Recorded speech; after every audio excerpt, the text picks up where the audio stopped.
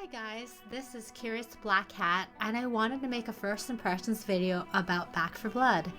This is my opinion and how I feel about the game after playing it for 25 hours over the early access beta weekend. I was hyped for this because it's been over a decade for the Left 4 Dead franchise, and as you know, I am a hardcore fan of the series, playing it for years in all difficulties, especially expert realism with my friends.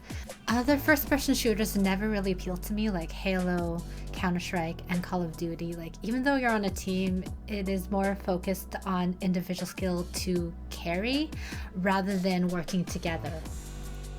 Whereas the appeal of Left 4 Dead and Left 4 Dead 2 were more focused on working as a cohesive unit and not running off. Back 4 Blood coined itself as Left 4 Dead 2's spiritual successor and wanted to refresh the genre by adding better graphics, more customization to guns, new special infected, and a whole new card RPG system, while framing the survivors as cleaners. It definitely sets a different tone because instead of the post-apocalyptic survivors seen in Left 4 Dead and Left 4 Dead 2 trying to survive, you have cleansers trying to cleanse a world of zombies and ridden. I want to comment on the major features that change how Back 4 Blood differentiates itself from the previous Left 4 Dead series. Guns. I actually really enjoyed how much more realistic this felt with recoil, weapon spread, and many different attachments to weapons. There is also a new aim down sights mechanic found on all the guns, not just the sniper rifles from the Left 4 Dead and Left 4 Dead 2. The variety of attachment accessories themselves, such as the reload speed, stumble, magnification scopes, etc. Well, other than reload speed, I actually didn't feel much impact in using these. Maybe that's just my experience in playing the game, and you may have a different experience and find all the attachments useful for yourself. Another negative point is that you can't take off attachments from weapons if you find a better gun, so you often have to take the better gun and hope you find another epic attachment. The card system. I was excited to see how the corruption cards would change the dynamics of gameplay. The director would reveal the special infected, hazards, and challenges before each stage began. So this would encourage the player to strategize what build they wanted to make to deal with the challenges. Great idea in concept, but I felt there were too many cards that felt redundant. An example would be increasing speed on strafing and walking back, but remove sprint altogether. Does it make any sense? You can move left and right and backwards, but mostly you would want to move forwards to get away from the zombies, so why do this? You had to go through 4 to 5 cards before finding an impactful one.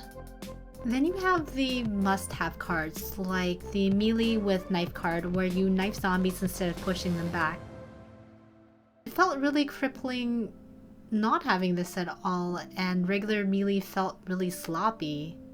So I'd rather have melee to be enhanced overall. I feel the main draw of this game is thinking about your playstyle and build. And I'm sure there'll be clear meta builds that will be most optimal to play through on especially Nightmare difficulty. You know what felt like the corruption cards limited my gameplay in the way I wanted to play? For example, challenges that presented a bonus if you completed the map in a certain time period. This challenge encouraged speedrunning, and sometimes you may be okay with that, especially having the stamina cards in place. However, the rest of the team may just prefer taking it slow. I know this is an optional challenge, but it doesn't feel satisfying when you're not on the same page. In Left 4 Dead 2 on Expert Realism, I preferred having the personal choice of speedrunning a map without feeling like it was a punishment if I couldn't.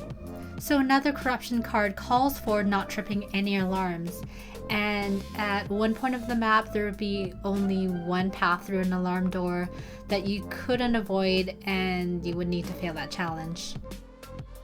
You'd be doing so well too, avoiding all the birds, all the snitches, all the alarm doors, and nope. Right at the end, an alarm door. Teamplay. So the main gripe I have with this game is just how much prepping and planning you would need to do with the consideration of the team needs. This game gives you a lot of choices in builds, guns, and customization, giving you an illusion of freedom to cater to your particular playstyle. However, with a team dynamic in place, you really need to consider what your other teammates want to do with their build and guns. Oftentimes on my team we had 2 players who wanted to use a shotgun, and they would literally be competing for ammo because now ammo is individual piles for each gun, and now we have to resource manage. Also on higher difficulties, someone needed to be a designated support or healer, as this was absolutely essential for survival for getting through. So like, what if you played with randoms instead of a dedicated force stack? The game doesn't tell you what cards the randoms would have, so you may not end up with any support build players at all. Someone in your team has to agree to be flexible, or everyone has to have a very specific role and gun style they prefer to not run into any conflicts with each other. I just felt team play became more standard on resource management, with sharing ammo, copper, and heals, making sure your build synergized with the rest of the team. And gameplay just lost its ebb and natural flow because each stage you're like looking at your cards, trying to look at each attachment before someone yoinks it, and constantly worried about your trauma, capping out your max HP.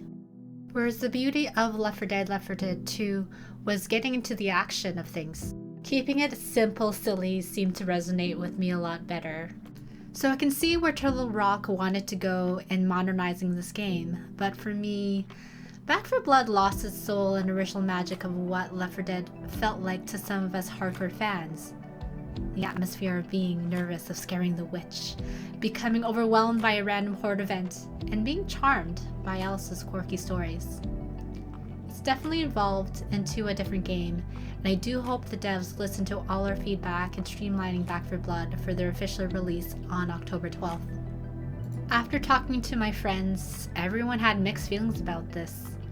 So making this video actually became the source of my inspiration to resonate with those opinions, and I know it's a bit different from my other videos.